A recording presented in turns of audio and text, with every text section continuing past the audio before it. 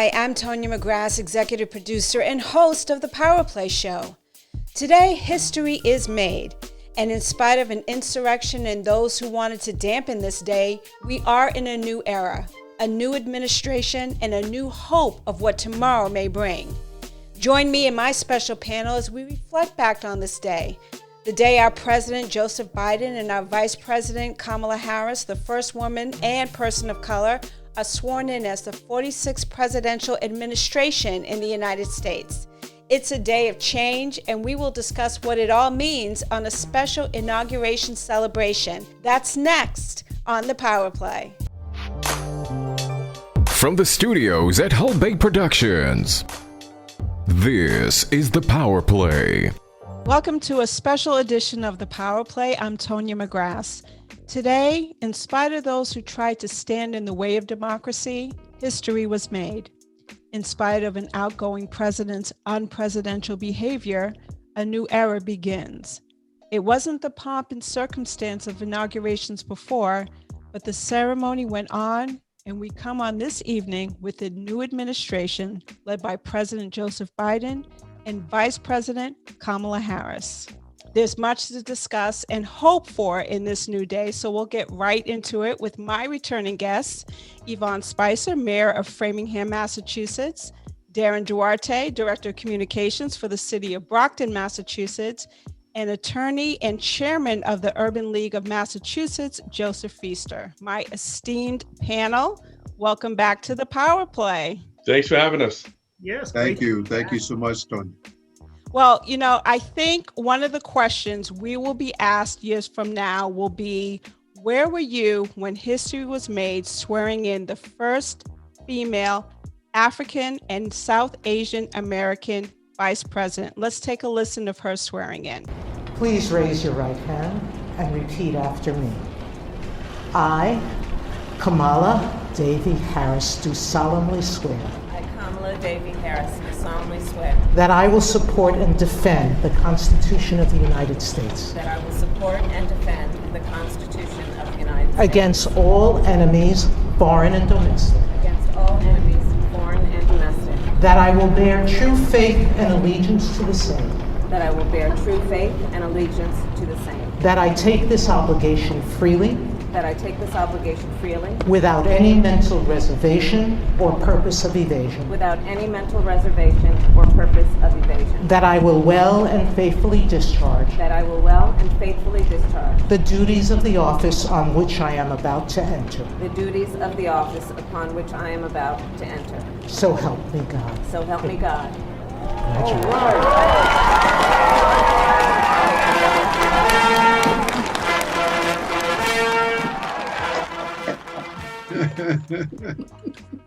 Yes. So, I'm going to begin with our mayor because she's wearing her pearls tonight. And, so I have to start with our mayor. Mayor, yes. Where were you today when you watched history being made, and how did you feel? Well, I knew I had to be at home because I couldn't guarantee what my emotional state would be today. And I have to say, I vacillated from, big smiles and heart-wrenching joy to a gut-wrenching cry. And so and everything in between. It was a glorious day for us as women of color. It just brought so much to bear for me, thinking about all the women that she stands on the shoulders of, and so do I, and how we're doing our ancestors proud. That was huge. That was absolutely a monumentous moment, and I'm just still basking in it, still enjoying every moment. And of course, I got the pearls on. Yes, you got the pearls. Yes. Now, Darren, we know that Vice President Kamala Harris was a former classmate of yours. So yes, you must be just beaming right now because you can actually say you went to school with history being made. That's right. I am beaming, but it's unfortunate that I missed it live. I planned on watching it live. I got in a meeting with the chief about an hour beforehand, the chief of police, and that meeting went over. But as soon as the meeting was over, I kept rewinding it, and playing it back.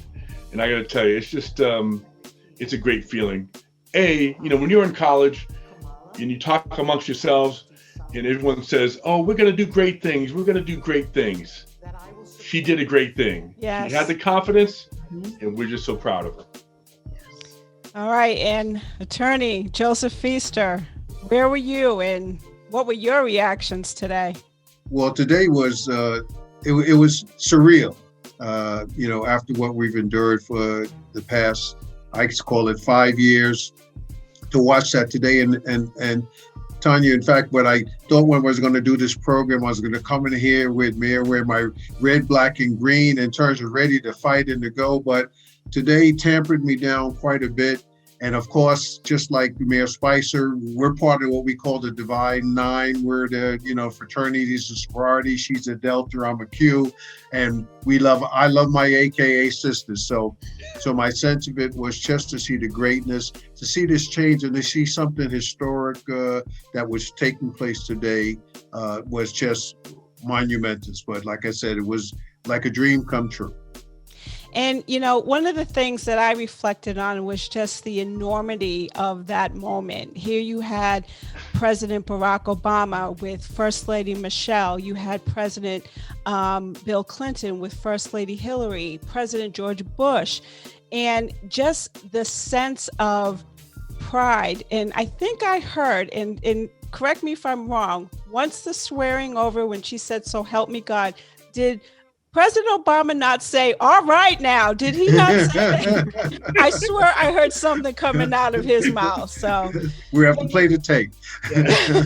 But there was this great moment where, they did the fist bump, and it really was just so touching to me. I mean, it just gave me chills because it really just signified that this legacy is going to continue. And she's going to create history. She already has, but just how much more she has to do right now, and just such pride with it. But what other moments stood out for you today? And Darren, I'll start with you. What other moments, when you were able to go back and watch everything, what other moments about today's inauguration stood out for you? Well, the moments, walking through on the street with the president. Also, when I saw her inside the Capitol, and you had Nancy Pelosi, you had Kevin McCarthy, and you had Mitch McConnell present gifts to the president. The vice president was also there. And one of the things that got me, that I think he was trying to make a joke, Senator McConnell, but he told the House Minority Leader, Kevin McCarthy, that, hey, we have two senators here, that being Joe Biden, a former senator, and Kamala Harris, a former senator, two senators who skipped the House of Representatives altogether and just went straight to the Senate. But seeing her there in that environment, it just, it brought chills to me. And I've been talking to some friends today. We talked about old times, and like Joe said, it's surreal. Yeah. What else stood out for you, Joseph, today? Well, one of the things that I meant to mention with your previous question, Tanya, was the fact that she was sworn in by Justice Sotomayor. I just thought that parallel was there. For me, seeing the past presidents and their wives there participating in the ceremony, and even seeing Vice President Pence, was important to show that bridging.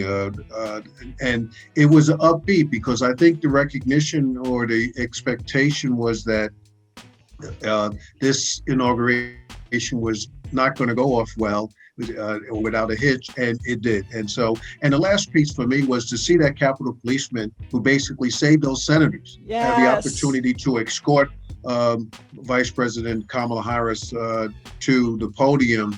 I just think was special. And so the symbolism, what they did with the reflecting pool, what they did with the, what was done with the with the mall. All of those things are going to be historically remembered as the type of symbolism, even when we were in what we thought was Baghdad or Beirut, we found it to be a difference here today. So like I said, I got tampered down in terms of where I was and thought I would be. And I thought today was definitely a historic moment, and I was glad to be able to witness it. Yeah, a big shout out to Eugene. Eugene is now making news all over the world right now, but what he did was extraordinary. But Mayor, one of the other things I thought was really telling was the choosing of the different artists that were there to help this inauguration. I thought it was very specific, and at first I was like, Lady Gaga, I'm not so sure, but Lady Gaga came to play today. Yes, indeed, and the outfit was spectacular. Her and J-Lo. I think the symbolism behind having the different artists, the outfit that was chosen, the royal purple. Purple's a royal color. But also, the blending of red and blue equals purple. And so that has all of that symbolism behind that. I just felt that it was such a special day. Things were very deliberate to honor, to unify, to be inclusive. And I genuinely believe that we are on the track to doing a much better job in this country, because we cannot continue on with divisiveness. We can disagree, but we don't have to be disagreeable. And I think that was part of the messaging that was happening today, is that, yes, we can do this, and we're better than this as a nation, America. Let's do better. Well, I'm glad you said that, because that takes me to my next point, because President Biden did take to the podium today, calling Americans to overcome their divisions and declaring that, quote, without unity, there is no peace. Let's listen to a bit of what President Biden had to say this morning. I know speaking of unity can sound to some like a foolish fantasy these days. I know the forces that divide us are deep and they are real. But I also know they are not new. Our history has been a constant struggle between the American ideal that we're all created equal and the harsh, ugly reality that racism, nativism, fear, demonization have long torn us apart. The battle is perennial, and victory is never assured. Through Civil War, the Great Depression, World War, 9/11, through struggle, sacrifice, and setbacks, our better angels have always prevailed. In each of these moments, enough of us have come together to carry all of us forward. And we can do that now. History, faith, and reason show the way of unity. We can see each other not as adversaries, but as neighbors. We can treat each other with dignity and respect. We can join forces, stop the shouting, and lower the temperature. For without unity, there is no peace, only bitterness and fury. No progress, only exhausting outrage. No nation, only a state of chaos. This is our historic moment of crisis and challenge, and unity is the path forward. It was an extraordinary speech, I believe, today on an historic day. And, Joseph, what stood out for me is that I think that this administration, and particularly the words that we heard from President Biden today, really is a new beginning. But do you think that with everything that's happened in this past 4 years, and even up to like just 2 weeks ago, do you think it's possible that we can begin this healing as a nation? Well, I appreciated what the president said in his inaugural address today. He is a spiritual man. He's a Catholic. and I respect that. I'm a Christian and as well. But I went back and read this, as I said earlier when we were offline. I went back because even as a lawyer and having studied this in law school, I went back, looked at the Constitution and the Declaration of Independence. And I thought about the fact that McConnell was the minority leader. McConnell was at the inauguration. Senator Cruz was at the inauguration. And I looked over the past years and particularly the last week, and I'm not sure. I mean, I said earlier that I had some of my smart alecky comments, and I have to use them since I put them down. I'm going to have to use them for this program. And I look at McConnell and his statement with regards to the Donald, because I can't refer to as the president, and I've been consistent with that on this program. And what came to my mind is that when he depends on the Donald, oh, did I say depends? I meant to say depended on the Donald. He went along with everything that he wanted to do, all the judges and et cetera. Now he's saying that, well, maybe I would be in support of the impeachment. I don't think it's going to happen, but it's words. And as we've learned, words do count. So I'm hopeful that the administration can do that. I'm hopeful that the president and the vice president, I hope that they will be able to reach across the aisle. Not my personality, but that's okay. My sense is I hope that they're able to do it, and I'm praying that they'll be able to do it, but time will tell. Mm-hmm. You know, Darren, in your position, and you deal with law enforcement, it was reported prior to the inauguration that several National Guardsmen were pulled from duty because of their affiliation with extreme organizations. What was your reaction to this, and how do you, in your position, help law enforcement just to begin to work better together? I couldn't believe when I was hearing that, you know, the possibility of that some of these guardsmen that were there to protect were actually against what was happening today. Luckily, nothing happened. But what was your reaction to this? Well,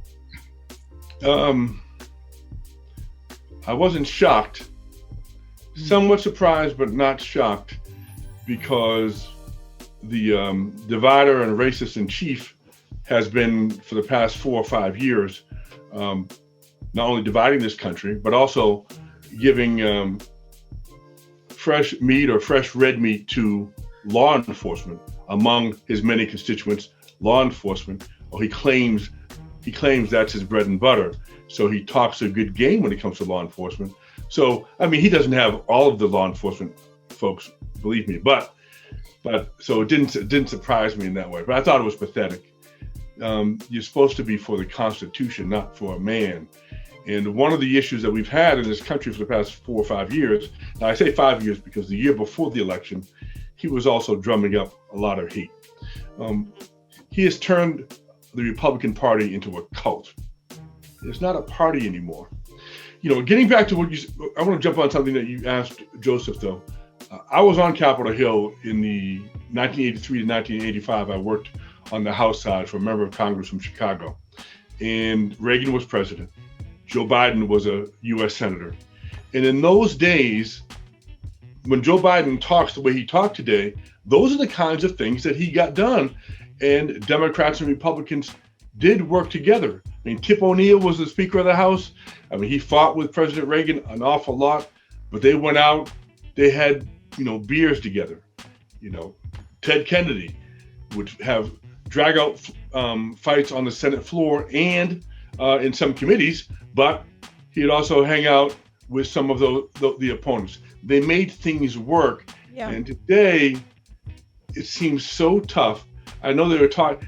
It's gonna be a hard way to go. Is if Donald Trump would say, "I lied to the American people. I lied about a rigged election. I'm sorry. I'm sorry for doing that because I see what happened to the country. But he based that on a lie. That's never going to happen. So therefore, it's going to be very tough to heal this country. Mayor I just saw Spicer. Darren go to his alternate world, but that's all right. That's all right. Darren, you're still my buddy. No. I said he's not going to do it. No, I don't think I know. That would be the alternate world that he would be going to. Oh, well, yeah, I see. So, Mayor Spicer, the president also said in his speech, quote, "We must end this uncivil war that pits red against blue." As a leader in your city, how does one even begin to unify red and blue? First of all, you've got to look and say, what is the common mission? And really, that is how you get to that place. We may not agree on everything, but we can agree on what's our common mission in order to move an agenda forward. And part of the agenda in the United States of America, right at this very moment, the most pressing issue is getting this coronavirus under control. And that's not a red state or a blue state. That's all of us in this country getting this under control. And we all need to be moving the oars in the same direction. To use my background in science and engineering, and you get in a boat, and if one person is rowing the oar forward and another one is rolling it backwards, the boat's going to turn in circles. Mm-hmm. So it's just going to keep going in circles, and we got to figure out how to move the oars in the same direction. And that's what is going to be a challenge for this administration. And part of that is really seeing what are those common issues and listening to the opposition. That's the other key component of this, is being able to listen to the opposition and learn from some of the challenges they're having and frustrations they're having, and really looking at trying to prepare an agenda that includes everyone's concerns moving forward. I'll be remiss if I did not mention outgoing President Trump, who refused, as we all know, to attend the inauguration. And although it isn't the first time a president has not attended one, it does come at a time where his actions continue to fuel his base. He left Washington, D.C. and he didn't miss a chance, I should say, without one last, I want to say, parting shot. Let's listen to what outgoing President Trump had to say. I will always fight for you. I will be watching, I will be listening, and I will tell you that the future of this country has never been better. I wish the new administration great luck and great success. I think they'll have great success. They have the foundation to do something really spectacular. And again, we put it in a position like it's never been before, despite the worst plague to hit since, I guess you'd say 1917, over 100 years ago. And despite that, the things that we've done have been just incredible, and I couldn't have done it without you. So just a goodbye. We love you. We will be back in some form.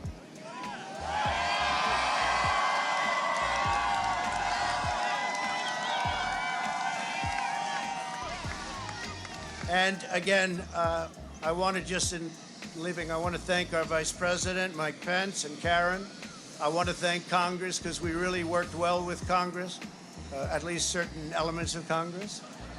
But we really did. We've gotten so much done that nobody thought would be possible. But I do want to thank Congress. And I want to thank all of the great people of Washington, D.C., all of the people that we worked with to put this miracle together. So have a good life. We will see you soon. When he mentioned I'll be back in some form, the first thing I thought, a prison uniform, that's how you'll be back. But it was like a rambling, untrained speech. It had no beginning, middle, or end. It was quite confusing. Maybe it was too early in the morning for him, but Mayor, what were your thoughts? Tony, was he reading off a prompter, or was that just? There was no prompter. There was no prompter. As I understood, there was a prompter available, which he didn't choose to use. He went off the cuff. And I think there's elements of sadness in that whole statement that he made. I wouldn't even call it a speech; it's a statement. And then there's elements of delusion, and then there's elements of narcissism that I don't think at this point he will ever see. And there's a sadness that one goes out of their what should be a pinnacle moment for them, a moment of grace and dignity, is really once again a moment of disgrace and utter sadness, because it does not do his legacy any good, or the history of this country, or the people in his party that so fervently support him, and it was disheartening, and but also would I expect anything less? I didn't, there's no expectation of anything better given the behavior of leaving and not participating in the inauguration. So it's just a sad situation, and onward and upward, and his fate will be his own going forward.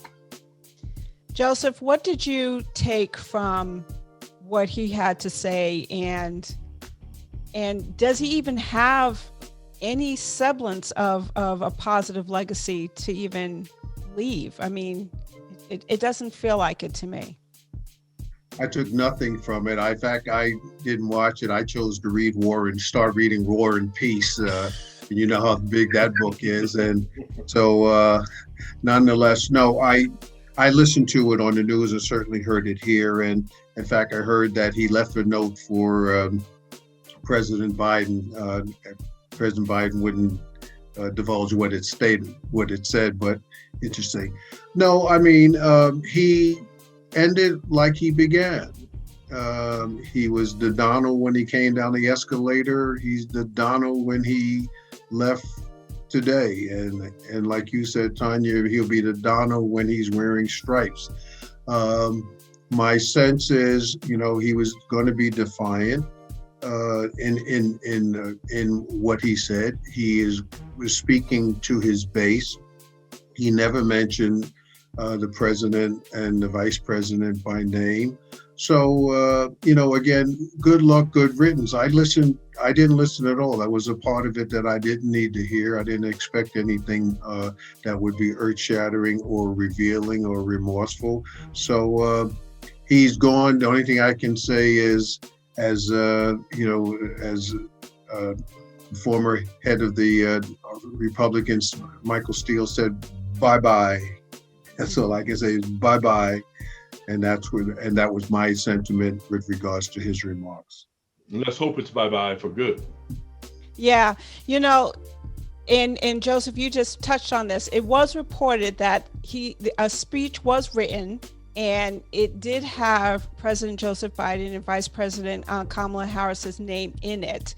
But as we've seen, and in the last few days, every time he has come to a microphone, he refuses to acknowledge them only as the next administration. And I think it's more of his rhetoric that tells his base that, one, they didn't win the election or not worthy of being in this position. Darren, what are your thoughts on that, and why he hasn't even announced their names?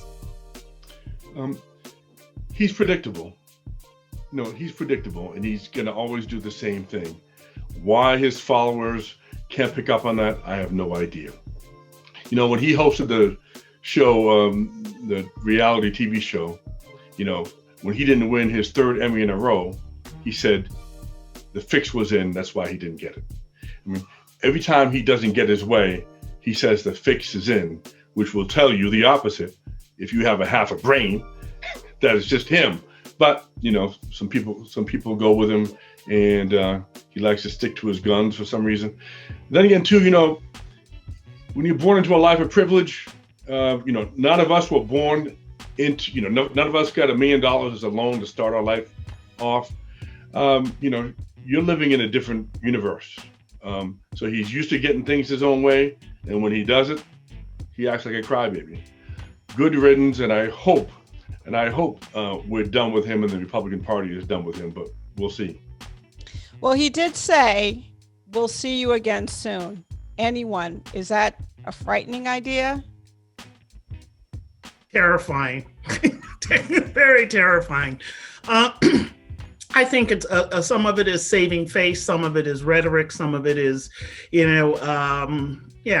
idle threats. Could be.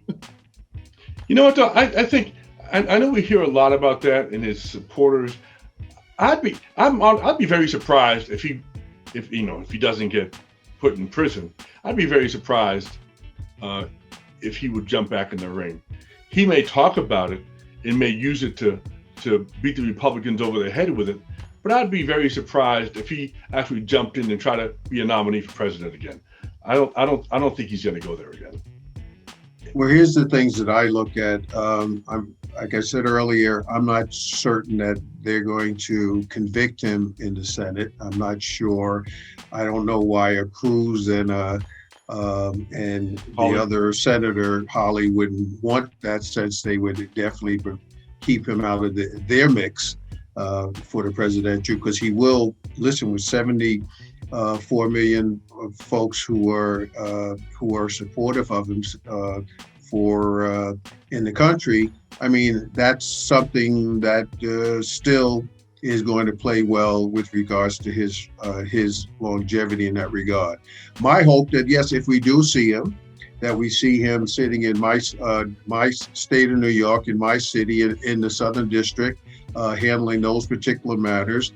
As far as particularly if since there's no pardon, some of the federal things, I hope the Biden administration and the Justice Department do not just say, oh, well, we want to keep things nice and cozy, we're not going to prosecute. I think we have to make a statement here, so I hope that the Justice Department will go forward. I won't put that with the Biden and Harris. I would say that's just DOJ's responsibility. Right. I think the Southern District of New York, as far as all of the things with the Trump Foundation, the taxes, the monies of $400 million that is owed, all of those things need to be addressed. The whole Russian issue, when all of these people that he pardoned, Bannon and all of them, and Stone, they're going to be forced to testify in certain cases. So yes, Tanya, I'll be looking to see him. I will be paying close attention to seeing him. We'll start a new dance called the Perp Walk for he and for Donald Jr. and for Rudy Giuliani, our former mayor in New York. So I'm a New Yorker through and through. So maybe we'll have a new line dance, Madam Mayor. We'll have a new line dance called the Perp Walk. So I'm going to stop there because I told you I was going to be bad, so let me back up. No, I love it. I mean, what happened 2 weeks ago was an absolute tragedy. It was the saddest thing I think I had seen in my entire existence. And he never took responsibility for it. Senator Mitch McConnell did come out a few days ago and basically said that, yes, it was because of President Trump that this happened, that they were listening to his rhetoric and his lies. I sat there and I was actually on a radio show when it was happening, which was supposed to be just a ceremonious event, 12 minutes usually it takes. And then literally all hell broke loose. Where were you, and what was your first reaction, and could you actually believe what you were seeing? Darren, I'll start with you. No, it was very sad. It was troubling, but again, I was not surprised. I saw the run-up. I heard the rhetoric. I saw what was going on online. I didn't expect them to get in. I expected them to try what they did. I didn't expect them to be as successful as they were. Yeah. Jokes on me. Obviously, some people in the Capitol Hill police, or I think Trump had to fix in too for some of his acting chiefs not to bring the authorities there quick enough, because they should not have been successful at all. But it did not surprise me. I knew they were going there to try that, I didn't think they would get in. I didn't think all that would happen. You know, Mayor, as someone in your position, you must have immediately just like really thought about security, just even in Framingham, in City Hall. And but to see this, could you ever imagine being in a position where, as a public official, your life was literally in danger? You know, it comes as no surprise to me, because keep in mind, this kind of behavior has been going on for several months now, taking all the way back to the governor of Michigan and her ordeal. And of course, some of my mayor colleagues being physically threatened, their homes vandalized. So I know that even security around me has been stepped up, within our police department. And of course, they monitor all that is happening in communications with the FBI and about safety protocols and so forth too. So I do rely heavily on my police department to maintain my safety.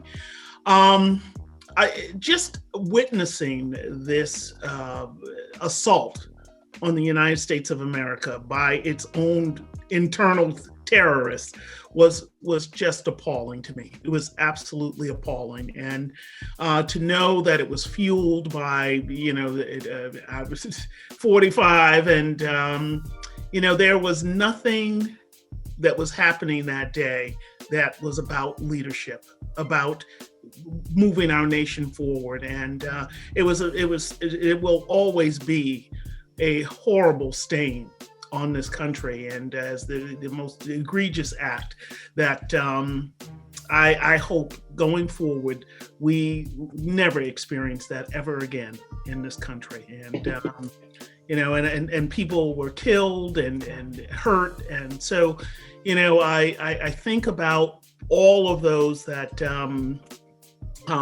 were doing their very best to maintain the safety of the building, and Eugene Goodman, hero for sure, and honored so today.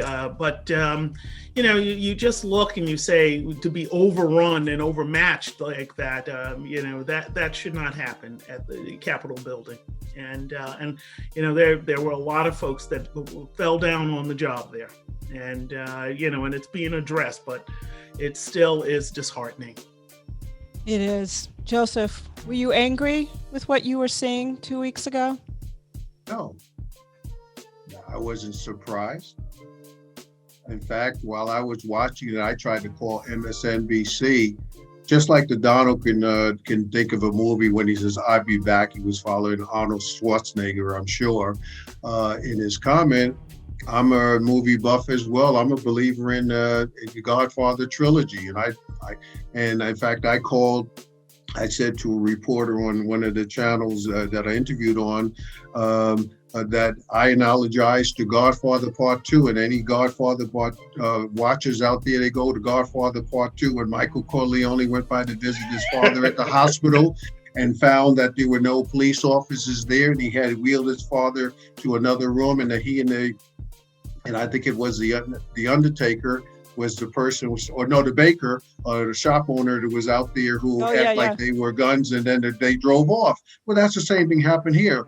This was planned. This was deliberative in the sense of that.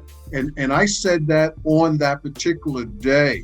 Now the conversation is coming out that they had the tours, the reconnaissance before that. You're going to tell me, and I went back to the pictures of the Black Lives Matters march and the march that Reverend Sharpton held in July.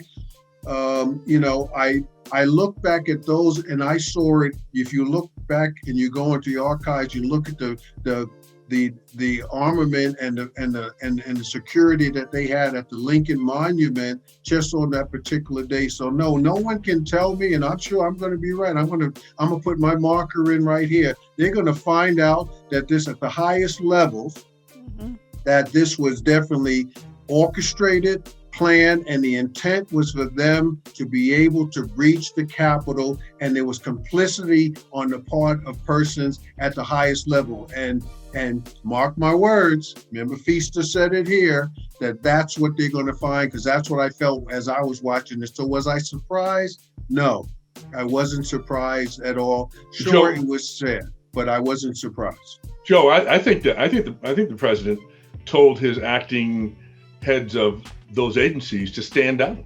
Oh, absolutely. I'm sure Darren, listen, because I'm not sitting there, I know how I feel with regards to who were complicit in that. And I am hopeful that those right-minded persons who are in that investigatory business, and when they go through, that they will be able to find the culprits, whether they were in the president's, in the White House staff, whether it was in the Trump organization from the standpoint of his reelection campaign, whether it were some of the senators and representatives, whoever they are, no, someone is going to have to tell me to stand down, but not stand back. Whatever that statement he gave to the poor boys, not the Proud Boys. They're going to have to convince me that that wasn't conspiratorially done prior to make sure that there was insufficient security for that mob that they plan to have assault the Capitol. That's what I felt as I was watching it, Tanya. So we're getting to the end of the show where, we ask our guests 3 questions. And my first question is, what do you think it will take to bridge the political and racial divide Trump's presidency fueled in just 4 years? Mayor Spicer, I'll begin with you. Wow.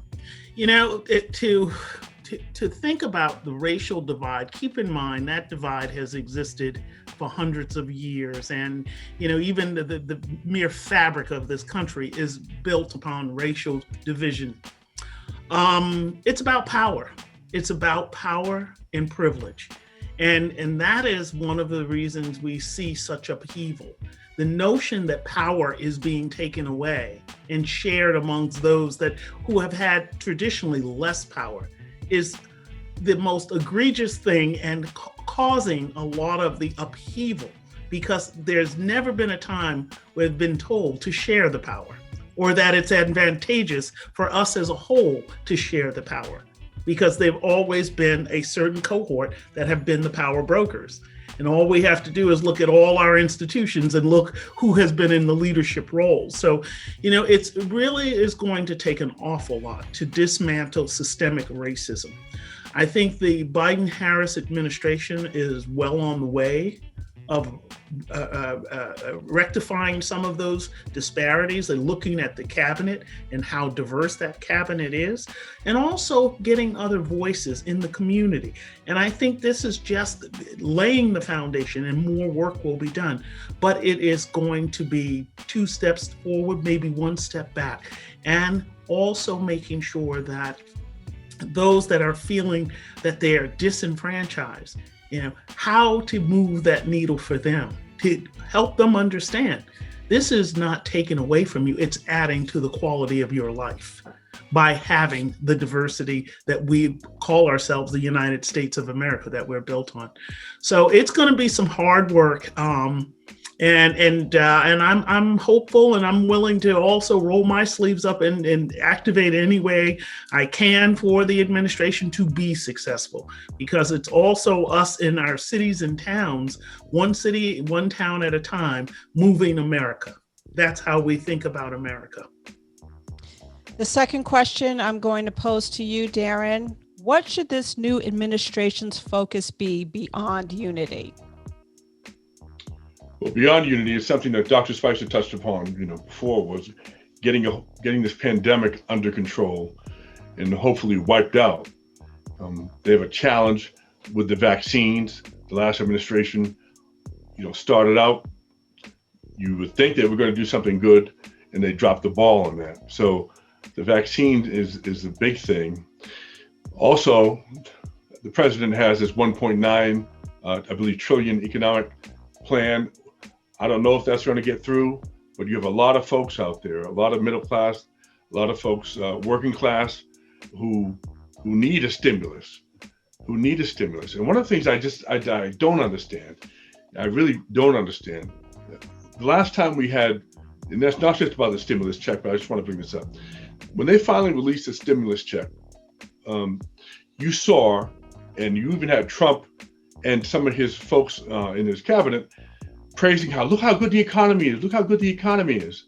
And then when people told him the economy is good because people got $1,200 and they put that in the economy, then you heard him say, no, that's not why. That's not why. Of course that was why. And so you have people, I think, who think a certain way and they don't see reality. For that moment, that sparked the economy. And obviously we need just more than that. But my point is getting the economy back to running it's a tough job, and that's a job that has to be done along with getting the vaccine under control. Joseph, we are in a new day, a new administration, a new era. What is your greatest hope and what is your greatest fear? I will do my best to answer that question, but I have to just bring a little bit of focus. I know you don't have much time, and I'm going to try to be respectful of you as the host. But I have to say that in all of the things that both Mayor Spicer said and Darren's just stated, to me, is all wrapped around the murders of Black people by law enforcement over the years, and heightened particularly, and which really brought the focus to it, was George Floyd. I call this the George Floyd moment in terms of all of these things coming about.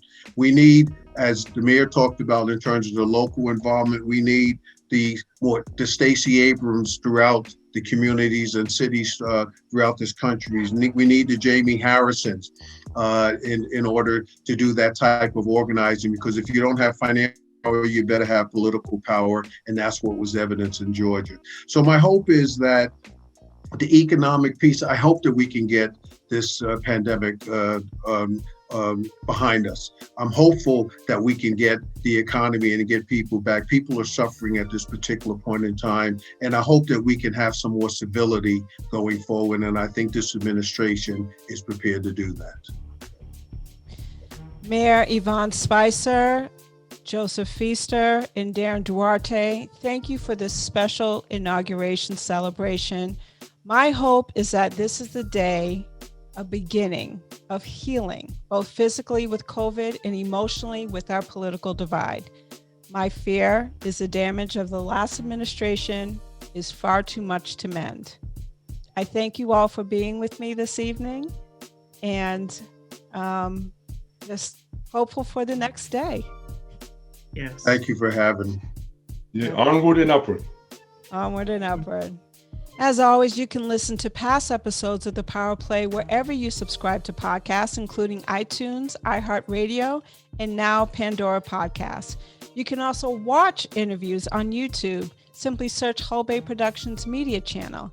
And remember, we air on BroncoEyeRadio.com each Saturday at 5 p.m. So be sure to tune into the PowerPLAY each week for a new episode at thepowerplayshow.com, or listen to us at 5 p.m. on BroncoEyeRadio.com each Saturday. I want to end with this piece, a piece from Langston Hughes. What happens to a dream deferred? Does it dry up like a raisin in the sun, or fester like a sore and then run? Does it stink like rotten meat, or crust or sugar over like a syrupy sweet? Maybe it just sags like a heavy load, or does it explode? Today, for millions of women, African American women, South Asian American women, women of color, our dream is no longer deferred. I leave you with the eloquence of inaugural poet Amanda Gorman reciting her poem from today's inauguration, The Hill We Climb. Until next time, I'm Tonya McGrath. Put on a mask, stay safe, and protect each other. Mr. President, Dr. Biden, Madam Vice President, Mr. Emhoff, Americans, and the world. When day comes, we ask ourselves, where can we find light in this never-ending shade? The loss we carry, a sea we must wade. We've braved the belly of the beast. We've learned that quiet isn't always peace. In the norms and notions of what just is, isn't always just is. And yet the dawn is ours before we knew it. Somehow we do it. Somehow we've weathered and witnessed a nation that isn't broken, but simply unfinished. We, the successors of a country and a time where a skinny black girl descended from slaves and raised by a single mother can dream of becoming president, only to find herself reciting for one. And yes, we are far from polished, far from pristine, but that doesn't mean we are striving to form a union that is perfect. We are striving to forge our union with purpose, to compose a country committed to all cultures, colors, characters, and conditions of man. And so we lift our gazes not to what stands between us, but what stands before us. We close the divide because we know to put our future first, we must first put our differences aside. We lay down our arms so we can reach out our arms to one another. We seek harm to none and harmony for all. Let the globe, if nothing else, say this is true. That even as we grieved, we grew, that even as we hurt, we hoped, that even as we tired, we tried, that we'll forever be tied together, victorious, not because we will never again know defeat, but because we will never again sow division. Scripture tells us to envision that everyone shall sit under their own vine and fig tree, and no one shall make them afraid. If we're to live up to our own time, then victory won't lie in the blade, but in all the bridges we've made. That is the promised glade, the hill we climb, if only we dare it, because being American is more than a pride we inherit. It's the past we step into and how we repair it. We've seen a force that would shatter our nation rather than share it, would destroy our country if it meant delaying democracy. And this effort very nearly succeeded. But while democracy can be periodically delayed, it can never be permanently defeated. In this truth, in this faith we trust, for while we have our eyes on the future, history has its eyes on us. This is the era of just redemption. We feared it at its inception. We did not feel prepared to be the heirs of such a terrifying hour, but within it we found the power to author a new chapter, to offer hope and laughter to ourselves. So, while once we asked, how could we possibly prevail over catastrophe?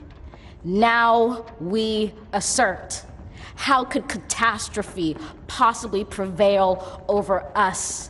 We will not march back to what was, but move to what shall be, a country that is bruised but whole, benevolent but bold, fierce and free.